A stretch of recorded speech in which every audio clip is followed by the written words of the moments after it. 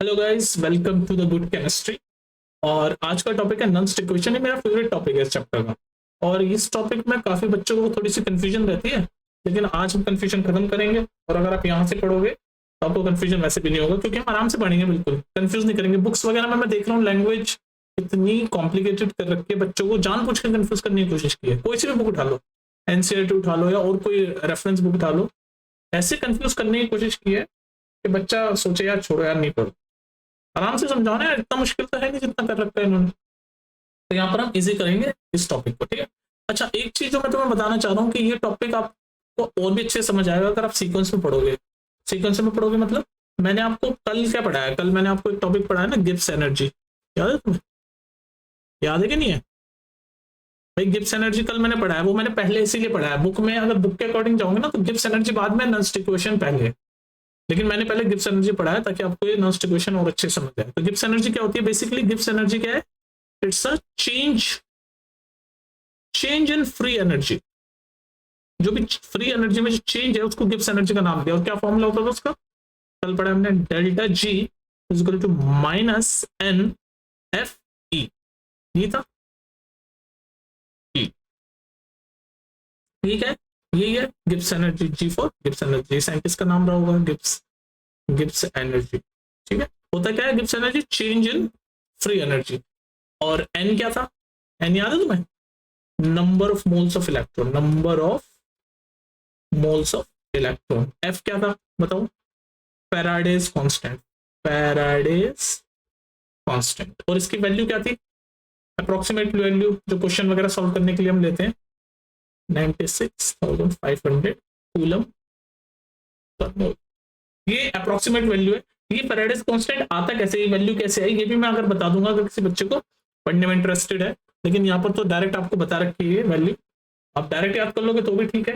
लेकिन अगर कोई ज्यादा ही मतलब होते हैं ना, कुछ बच्चों को चिल होती है कैसे है सर, तो वो भी मैं पढ़ा दूंगा, ठीक है।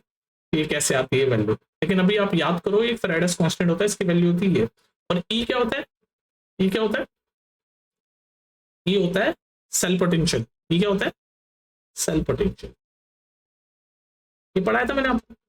ये है delta G is equal to minus N F, ये पढ़ाया था ना, गिब्स फ्री एनर्जी। और अगर ये सारी चीजें स्टैंडर्ड कंडीशन में हो, स्टैंडर्ड कंडीशन, अगर आपका जो सेल है जो मैंने बताया था गैल्वेनिक सेल जो होता है, अगर वो स्टैंडर्ड कंडीशन में, स्टैंडर्ड कंडीशन में मतलब जो इलेक्ट्रोलाइट है वो दोनों 1 मोल हो, टेम्परेचर 298.15 केल्विन बोल लो या फिर 25 डिग्री सेल्सियस हो, मतलब हर चीज स्टैंडर्ड हो। जो इलेक्ट्रोड यूज हुए हैं सेल में, जिंक इलेक्ट्रोड है, कॉपर इलेक्ट्रोड एकदम प्योर मेटल के हों, मतलब ये सारी स्टैंडर्ड कंडीशन है। क्या कंडीशन है? Standard condition. अगर आपका जो सेल है, ये सेल पोटेंशियल है ना, अगर आपका जो सेल है वो अगर स्टैंडर्ड कंडीशन में है तो यही गिव्स फ्री एनर्जी क्या हो जाती है? ये यही गिव्स फ्री एनर्जी का फॉर्मूला कैसे हो जाता है? ये ऐसे हो जाता है, डेल्टा जी नॉट। ये नॉट मतलब स्टैंडर्ड कंडीशन है, सब कुछ स्टैंडर्डाइज कंडीशन में, 1 मोल इलेक्ट्रोलाइट दोनों तरफ, एनोड तरफ भी और कैथोड तरफ भी, टेम्परेचर इतना है, मेटल एकदम प्योर है, मतलब सारी कंडीशंस ये हमारी स्टैंडर्ड है। तो फिर क्या हो जाता है फॉर्मूला? फिर ये फॉर्मूला ये जाता है जी नॉट लग जाता है। ये नॉट मतलब सिंबलाइज करता है कि स्टैंडर्ड कंडीशन के अंदर is equal to minus N F. और ये ई भी, ये सेल पोटेंशियल भी स्टैंडर्ड सेल पोटेंशियल हो जाता है, स्टैंडर्ड सेल पोटेंशियल। फिर आपका फॉर्मूला ये हो जाता है। और फिर हमने कैलकुलेट भी किया था Gibbs free energy standard condition में, तो ई सेल की वैल्यू 1.1 वोल्ट हो जाती है। स्टैंडर्ड कंडीशन में क्या क्या होता है? गैल्वेनिक सेल अगर हम ले एग्जाम्पल, हमने पढ़ा था ना प्रीवियस वीडियो में। अगर यहाँ कंफ्यूज हो रहा है सब कुछ तो पहले जाके पुरानी वीडियोस देखो। तो गैल्वेनिक सेल में ये ई सेल की वैल्यू होती है 1.1 वोल्ट, फैराडेज कांस्टेंट तो यही रहेगा 96,500, है ना। और N number of moles of electron, 2 moles of electron होते हैं। आपने देखा ना वो ये कंडीशन कैसे होती है गैल्वेनिक सेल में, जिंक साइड में जिंक जो है वो Zn2+ बन जाता है, Zn2+ बन जाता है 2 इलेक्ट्रॉन को लॉस करके, और Cu2+ 2 इलेक्ट्रॉन गेन करके Cu बन जाता है। ये होता है ना, ये ऑक्सीडेशन हाफ वाली रिएक्शन है, ये रिडक्शन हाफ वाली रिएक्शन है। तो कितने मोल ऑफ इलेक्ट्रॉन का ट्रांसफर हो रहा है? 2। तो एन की वैल्यू क्या है? Number of moles of electron transfer. तो ये एन की वैल्यू 2 डालते हैं हम, फैराडेज कांस्टेंट की वैल्यू ये डालेंगे और ई सेल की वैल्यू ये डालेंगे। तो हमने कैलकुलेट किया था कि स्टैंडर्ड कंडीशन में गिब्स फ्री एनर्जी की वैल्यू क्या होती थी? -212 किलो जूल आ रही थी। तो ये तो हो गई बात। तो आपको समझ आ गया ना कि गिब्स एनर्जी मैंने पहले पढ़ाई थी, अभी हमने अभी तक आज का टॉपिक शुरू नहीं किया एनर्जी इक्वेशन। देख लो, मैं आपको प्रीवियस वीडियो पे रिवाइज कराया सब कुछ। गिब्स एनर्जी का फॉर्मूला ये होता था, और अगर स्टैंडर्ड कंडीशन में गिब्स एनर्जी कैलकुलेट कर रहे हैं तो ये होता था, है ना। ठीक है, तो अब तक हमने क्या पढ़ा, हमने पढ़ा गिब्स फ्री एनर्जी का फॉर्मूला होता था ये माइनस NFP, और स्टैंडर्ड कंडीशन में delta G naught is equal to minus NFE, ये होता था। ठीक है, और थर्मोडायनेमिक्स में एक इक्वेशन होती है गिब्स फ्री एनर्जी की। थर्मोडायनेमिक्स में एक और इक्वेशन होती है गिब्स फ्री एनर्जी की। क्या इक्वेशन होती है वो भी देख लो। थर्मोडायनेमिक्स में जो Gibbs free energy, change in Gibbs free energy delta G is equal to delta G naught plus RT natural log, ये ln मतलब नेचुरल लॉग, मैं ऐसे लिख लेता हूँ ln natural log of Q। ये होती थी थर्मोडायनेमिक्स में, ये गिब्स फ्री एनर्जी की थर्मोडायनेमिक्स वाली इक्वेशन। थर्मोडायनेमिक्स, ठीक, सुनते जाओ। अब हम नॉन इक्वेशन पे आ चुके हैं। आप देखो आज का टॉपिक ये एक आपकी पहली गिब्स फ्री एनर्जी की इक्वेशन हो गई, ये स्टैंडर्ड कंडीशन वाली हो गई। स्टैंडर्ड कंडीशन डॉट डॉट लगा हुआ है, मतलब जब सारी चीजें स्टैंडर्डाइज कंडीशन में, जो मैंने आपको बताया टेम्परेचर आपका 298.15 केल्विन हो, है ना, आपके दोनों इलेक्ट्रोलाइट 1 मोल हो, मतलब सारी चीज स्टैंडर्ड हो, तो गिब्स फ्री एनर्जी होती है। और थर्मोडायनेमिक्स में गिब्स फ्री एनर्जी की ये इक्वेशन भी है, delta G is equal to delta G naught plus RT natural log, ln क्या है, natural log of Q। Q क्या है, रिएक्शन कोएफिशिएंट। Q क्या है, रिएक्शन कोएफिशिएंट। मैं सब समझाऊंगा अभी क्या होता है रिएक्शन। ठीक है, अब अगर आप ये थर्मोडायनेमिक्स वाली इक्वेशन में ये डेल्टा G की जगह यहाँ डालेंगे, तो डेल्टा G नॉट वाली इक्वेशन में यहाँ डालेंगे हम, तो क्या बनेगा, चलो डाल के देखते हैं। डेल्टा G की जगह ये डालते हैं, तो डाल रहे हैं माइनस NFE, ये ना डेल्टा G वाली, ये वाली इक्वेशन यहाँ डाल दी, is equal to delta G not वाली स्टैंडर्ड वाली यहाँ डाल रहा हूँ, minus NFE not plus RT natural log of Q। तो ये बन गया आपका। ठीक है, अब इसमें समझ लो, ये जो R है ना, ये R होता है गैस कांस्टेंट, गैस कांस्टेंट होता है, और इसकी वैल्यू क्या होती है वो आपको याद होनी चाहिए। गैस कांस्टेंट की वैल्यू होती है 8.314 किलो जूल पर केल्विन जूल, 8.314 जूल पर केल्विन पर मोल, ये गैस कांस्टेंट होता है, ये आपको याद होनी चाहिए वैल्यू इसकी, 8.314 जूल पर केल्विन पर मोल। नेचुरल लॉग तो नेचुरल लॉग है, और Q क्या होता है, Q मैंने आपको क्या बताया, Q होता है रिएक्शन कोएफिशिएंट। क्या होता है रिएक्शन कोएफिशिएंट, मतलब रिएक्शन कोएफिशिएंट मैं आपको थोड़ा सा समझा देता हूँ। पहले मैं यहाँ पर वापस आऊंगा, पहले रिएक्शन कोएफिशिएंट आपको थोड़ा सा समझा देता हूँ। तो ये है आपका रिएक्शन कोएफिशिएंट। अब रिएक्शन कोएफिशिएंट क्या होता है समझ जाओ, आपको सारी चीजें मैं इजी कर दूंगा। जैसे मान लो आपकी जो रिडॉक्स रिएक्शन मैंने लिखी थी गैल्वेनिक सेल में, कैसे होती थी, Zn plus Cu2 plus gives Zn2 plus plus, ये होती थी आपकी रिडॉक्स रिएक्शन। ठीक है, तो ये तो सॉलिड है, यहाँ पर ये सॉलिड है, ये एक्वस सॉल्यूशन है, ये एक्वस सॉल्यूशन। तो ये जो क्यों होता है ना, रिएक्शन कोएफिशिएंट बेसिकली ये होता है कि जो कंसंट्रेशन है, प्योर मेटल को हम छोड़ देंगे, प्योर मेटल इसको छोड़ देंगे, प्योर मेटल इसको छोड़ देंगे, तो रिएक्शन कोएफिशिएंट बेसिकली होता है concentration of product upon concentration of reactant. कोई भी इक्वेशन में रिएक्शन कोएफिशिएंट क्या होता है, concentration of product upon concentration of reactant, leaving aside ये जो प्योर मेटल है इनको छोड़ देंगे, ये जो प्योर मेटल है जिंक, ये कॉपर प्योर मेटल उसको छोड़ देंगे। तो रिएक्शन कोएफिशिएंट क्या बनेगा, कंसंट्रेशन को हम ऐसे पैरेंथेसिस में लिखते हैं, ये कॉपर का जो भी दे रखा होगा, मान लो कंसंट्रेशन 1 मोल दे रखा है, या कुछ भी दे रखा है, या इसका भी 1 मोल दे रखा है, कुछ भी दे रखा है, कुछ भी हो सकता है कंसंट्रेशन उसकी। तो बस प्रोडक्ट का और रिएक्टेंट का, तो प्रोडक्ट क्या है यहाँ पर Zn2 प्लस, तो इसको ऐसे Zn2 प्लस की कंसंट्रेशन लिखेंगे, जो भी होगी 1 मोल होगी 2 मोल होगी, प्रोडक्ट की लिख दी, फिर अपॉन में रिएक्टेंट की CO2, बस इसी को बोलते हैं रिएक्शन कोएफिशिएंट।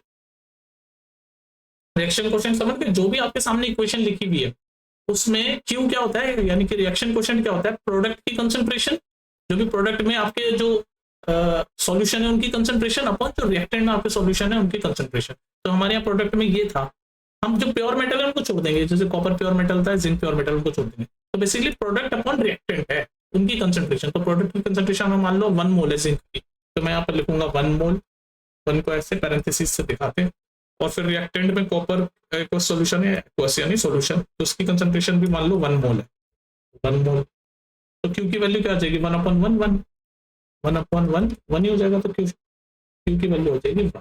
ठीक है, तो ये रिएक्शन क्वेश्चन समझ आ गया। अब आते हैं हम अपने कॉन्सेप्ट पे जो हम पढ़ रहे थे अभी। भैया यहाँ तक बात समझ में आ गई, अब आगे चलो।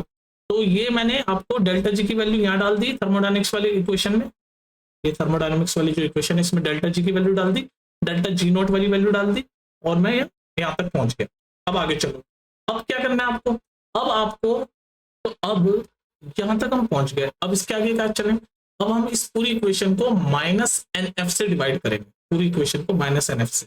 जब -nf से हम डिवाइड करेंगे तो ये नीचे -nf आ जाएगा, इसके नीचे भी -nf आ जाएगा, और इसके नीचे भी -nf आ जाएगा। बात समझ में आ गई, जो येलो से मैंने लिखा, बेसिकली हमने पूरी इक्वेशन को -nf से डिवाइड कर दिया। पहले हमने ये थर्मोडायनेमिक वाली गिब्स एनर्जी की इक्वेशन में ये डाला, स्टैंडर्ड कंडीशन वाली भी डाल दी, और फिर हमने पूरी इक्वेशन को -nf से डिवाइड कर दिया। तो अब देखते हैं क्या आता है। तो जब -nf से डिवाइड करेंगे, ये माइनस से माइनस गया, n से n गया, f से f गया, तो यहाँ क्या बच गया, सिर्फ E सेल पोटेंशियल बच गया। यहाँ पर माइनस से माइनस गया, n से n गया, f से f गया, तो क्या बच गया, ये स्टैंडर्ड सेल पोटेंशियल। उसके बाद फिर ये प्लस और नीचे माइनस का साइन है तो ये माइनस ही हो जाएगा, और आपका क्या बचेगा, आर टी और नीचे एन एफ, ये माइनस का साइन तो मैंने बीच में माइनस लिख दिया, natural log of Q, R T N F natural log of Q. तो ये जो मैंने लिखा है ना, ये ही आपकी क्या है, नंस्ट इक्वेशन। ये क्या है आपकी नंस्ट इक्वेशन। बात आ गई समझ में। तो हमने क्या किया, हमने नंस्ट इक्वेशन कैलकुलेट कर दी, तो ये आपका नंस्ट इक्वेशन है। अब इसी नंस्ट इक्वेशन को हम किसी दूसरी फॉर्म में भी लिख सकते हैं। ये तो एक फॉर्म हो गई नंस्ट, ये नंस्ट इक्वेशन है जो मैंने बॉक्स में बनाई, नंस्ट इक्वेशन है, पर इसको हम किसी और फॉर्म में भी तो लिख सकते हैं। तो कैसे लिखेंगे किसी और फॉर्म में, तो जैसे यहाँ पर ये आर की वैल्यू हमें पता है, ये अगर मैं इसमें डालूं, है ना, और अगर ये नंस्ट इक्वेशन में एट 25 डिग्री सेल्सियस पे लिखूं, 25 डिग्री सेल्सियस अगर केल्विन में कन्वर्ट करूं तो क्या होता है, 273.15 केल्विन से आपको ऐड करना पड़ता है, तो बन जाएगा 298.15 केल्विन। तो मतलब ये नंस्ट इक्वेशन है, लेकिन इसको अगर मैं दूसरी फॉर्म में लिखूं, भाई एक ही इक्वेशन के 2-3 फॉर्म हो सकते हैं, तो इस इक्वेशन को, ये नंस्ट इक्वेशन आ गई आपकी, इसको मैं किसी दूसरी फॉर्म में लिखूं, जिसमें मैं आर की वैल्यू पुट कर दूं, टी की वैल्यू पुट कर दूं, है ना, और एफ फैराडेस कांस्टेंट की वैल्यू भी आपको पता है क्या होती है, फैराडेस कांस्टेंट की वैल्यू एफ 96,500। तो ये सारी चीजें, ये आर टी एफ, ये तीनों चीजें ये जो मैं लिख रहा हूँ, ये पिंक से जो कर रहा हूँ, ये आर टी एफ, इन तीनों की वैल्यू अगर मैं लिख दूं तो कैसे बनेगी नंस्ट इक्वेशन, चलो करके देखते हैं। ठीक है, तो ये हमारी नंस्ट इक्वेशन है। अब इसमें मैं नंस्ट इक्वेशन को अगर 25 डिग्री सेल्सियस पे कैलकुलेट करूं, या फिर 298.15 केल्विन, कुछ भी बोल लो, ये और ये केल्विन में कन्वर्ट हो गया, इसमें कन्वर्ट करूं, और आर की वैल्यू आपको मैं बता चुका हूं 8.314 जूल पर केल्विन पर मोल, एफ की वैल्यू 96,500 कूलम पर मोल। ये सारी चीजें मुझे पता है। अब मैं सीधे इसमें प्लग इन कर रहा हूँ, बस ये सारी वैल्यू इसमें डाल, तो क्या बनेगा आपका, E is equal to E naught standard cell potential, cell potential is equal to standard cell potential, minus R की वैल्यू डाल रहा हूँ 8.314 जूल पर केल्विन पर मोल, टी की वैल्यू डाल रहा हूँ 298.15 केल्विन अपॉन में एन को एज इट इज, एफ की वैल्यू डाल रहा हूँ 96,500 कूलम पर मोल, और ये नेचुरल लॉग ऑफ क्यू तो चलिए।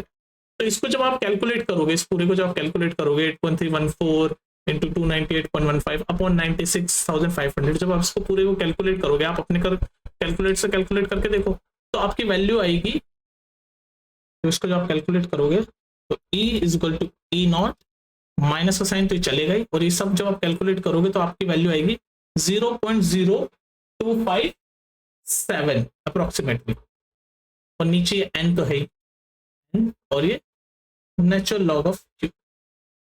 ठीक है, तो आपकी ये वैल्यू आ जाएगी E is equal to E not minus 0.0257 upon n natural log of Q. इन सबको आप कैलकुलेट करके, अब जब आप ये कैलकुलेट करोगे ना, तो अब देखो यूनिट देखो, ये मोल से ये मोल गया, ये केल्विन पर केल्विन में ना डिवाइड में, तो ये केल्विन गया, और ये जूल पर कॉलम बच जाएगा। और जूल पर कॉलम में आपको प्रीवियस वीडियो में समझा चुका हूँ, वोल्ट ही होता है।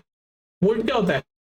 Potential difference. पोटेंशियल डिफरेंस का फॉर्मूला क्या होता है? Work done in charge. तो जूल पर कॉलम वोल्ट भी बोल सकते हैं। तो ये जूल पर कॉलम, ये जो 0.0257 है, ये वोल्ट ही है। ठीक है, आपका अब ये आ जाएगा, जब आपने ये सारी वैल्यू पुट कर दी तो ये आ जाएगा।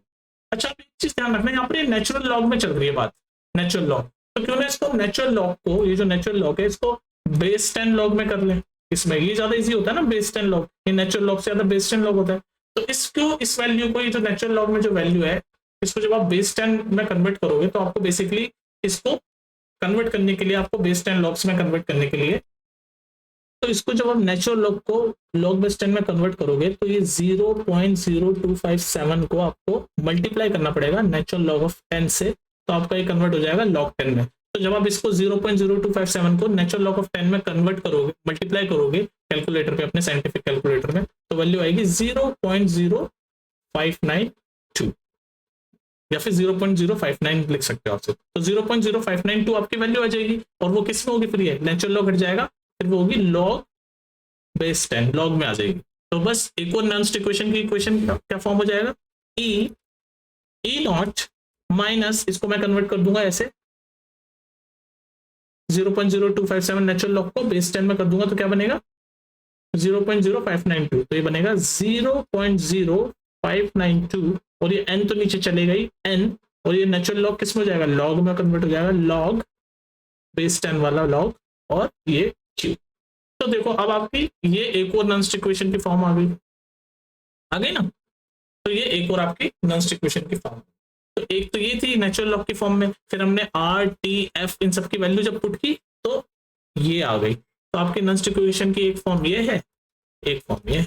अब इसी पे बेस्ड आपके क्वेश्चन आए थे, अब देख लेते हैं हमने नॉन इक्वेशन की दो फॉर्म कौन कौन सी। तो पहली जो नॉन इक्वेशन की फॉर्म हमने कैलकुलेट करी वो ये थी, फिर उसके बाद हमने r की, t की, f की वैल्यू डाल दी, है ना, तीनों की वैल्यू हमें पता थी वो डाल दी। तो फिर हमने बना दिया ये E not minus 0.0257 upon n natural log of q, ये आया था फिर हमारा।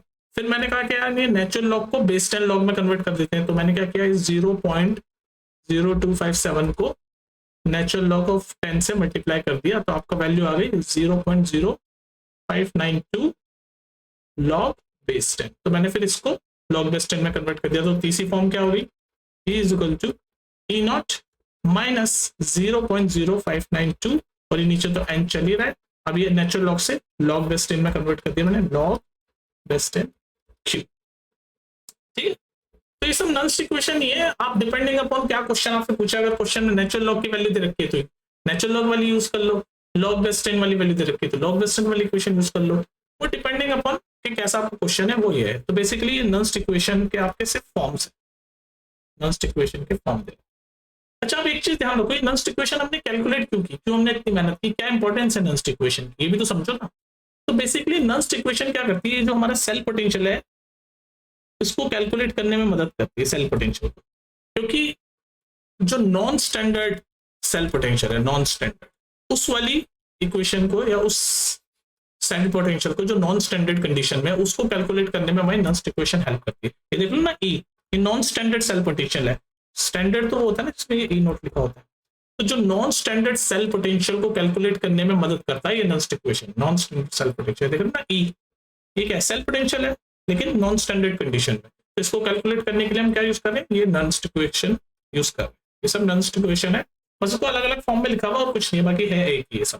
ठीक है, अच्छा एक चीज ध्यान रखना, ये जो सेल पोटेंशियल है ये डिपेंड करता है कंसंट्रेशन ऑफ, जो भी कंसंट्रेशन होती है ना, ये क्यू क्या है, क्यू मैंने आपको बताया था ना रिएक्शन क्वेश्चन, ये कंसंट्रेशन क्या होती है, कंसंट्रेशन होती है आपके इलेक्ट्रोलाइट की, सेल के अंदर जो इलेक्ट्रोलाइट की कंसंट्रेशन है उस पर डिपेंड करता है। तो ये क्यू जो है, जो सेल पोटेंशियल है, वो आपको डायरेक्टली डिपेंड करता है कंसंट्रेशन पे।